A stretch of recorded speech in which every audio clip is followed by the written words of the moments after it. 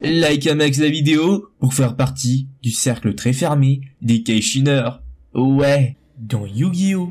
5DS, il est dit que Domino City aurait été séparé en deux, d'où la naissance de l'île Bidonville, satellite, et la reconstruction de la ville en tant que Neo Domino City, et donc que la ville aurait été séparée à cause du Zero Reverse. Mais est-ce qu'un séisme peut vraiment couper une ville en deux à ce point-là? Je vous explique. Entre Satellite et Neo Domino City, il y a je ne sais combien de kilomètres qui séparent les deux terres, et je ne pense pas qu'un séisme puisse pousser une plaque tectonique comme ça, avec autant de distance, même avec un élément plus ou moins surnaturel, à moins que le milieu de la ville ait été submergé par l'océan. Mais Domino City n'avait pas l'air aussi grand que Neo Domino City à l'âge de 5DS. Maintenant, autre question que j'aimerais soulever, c'est le fait qu'il est dit dans l'histoire que Yusei Fudo serait né à Domino City en son temps, mais pas Jacques Atlas et Crow Hogan, qui eux seraient nés sur l'île, donc celle que l'on appelle désormais Satellite, une île finalement assez grande. Mais sur l'île, et si cette île, c'était la Duel Academy de Yu-Gi-Oh! GX depuis le tout début. Une île qui devait bien avoir un nom d'ailleurs, avant de devenir un établissement scolaire. Ouais, ça a l'air complètement fou, mais au-delà de la folie, j'ai déjà plein d'autres arguments. Premièrement, Satellite, c'est une référence directe à la saison 2 de GX, lorsque Juda Yuki devait empêcher le satellite de lumière de tirer sur le monde avec ses monstres Neo-Spacians, donc ces espèces de monstres extraterrestres. Deuxième chose, à aucun moment de 5DS, la Duel Academy de GX est abordée.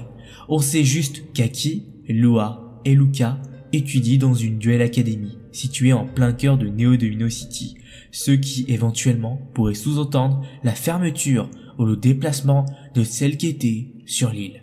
Ensuite, dans l'histoire de GX, il est dit que la Duel Academy de l'île est devenue un endroit assez spécial à cause de tous les événements qui s'y sont produits, un peu par hasard. L'insouciance de Fujiwara, Cavalier de l'ombre, la Société de lumière, le professeur Cobra, Yubel qui s'acharne à retrouver Judai en jouant avec les dimensions, la super polymérisation qui a failli tout détruire, et que ce sont même à cause de ces événements successifs qu'est apparu Darkness, le dernier antagoniste de la série.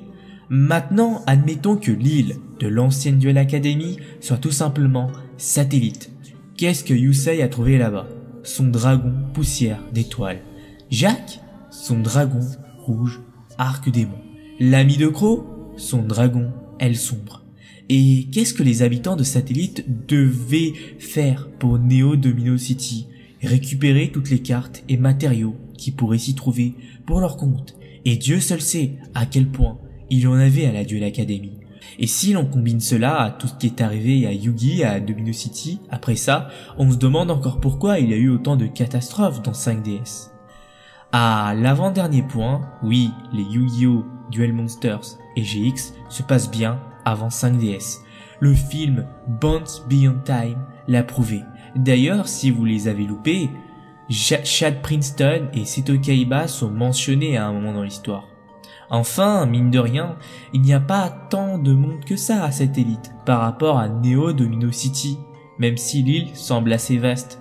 J'irais même jusqu'à dire qu'à Satellite, il y a surtout des enfants qui vivent reclus sur eux-mêmes, au milieu de débris en tout genre et quasiment tout le monde se connaît. Vrai ou faux? Pour couronner cette théorie, pourquoi les habitants de Neo Domino City ont-ils abandonné ceux de Satellite à leur sœur, avec autant de personnalités du Duel Monsters et GX, pourtant pour les aider? Une question que l'on ne s'est toujours posée au fond. Est-ce que les gens de Neo Domino City étaient sans cœur et égoïstes, à ce point pour abandonner leurs propres congénères en période de crise, juste pour en faire des esclaves, en déchetterie, et les traiter comme des chiens? Honnêtement, avec ce que je viens de vous raconter, j'ai envie de vous dire que non. Je vais vous demander quelque chose, de vous mettre à la place d'un habitant de Domino City frappé par le Zero Reverse et qui a une famille à protéger. Mince alors, on va tous mourir. Qu'est-ce que je dois faire? Prendre le bateau pour vous rendre sur l'île des étudiants qui se trouve à côté, rester sur place à aider les gens dans le besoin si possible, ou bien prendre la voiture pour vous rendre je ne sais où. 3 solutions, ou alors vous mourrez. Sincèrement, la rivalité des habitants de Domino City doit venir de là. Je ne peux pas voir les choses autrement parce qu'en cas de catastrophe, on s'entraide. On ne laisse pas les gens comme ça, avec leurs problèmes. Les habitants de Domino City restés sur place ont reçu de l'aide de l'extérieur et ont pu construire Neo Domino City, mais ils se sont sentis abandonnés par ceux qui les ont fuis, en préférant se réfugier sur l'île, d'où le fait qu'ils ne les aient jamais aidés, alors qu'ils ont tous autant souffert, les uns que les autres. Mais dans ce cas-là, la condition de l'île aurait dû être meilleure que celle de Neo Domino City, et ce serait incohérent. Vous allez certainement me répondre.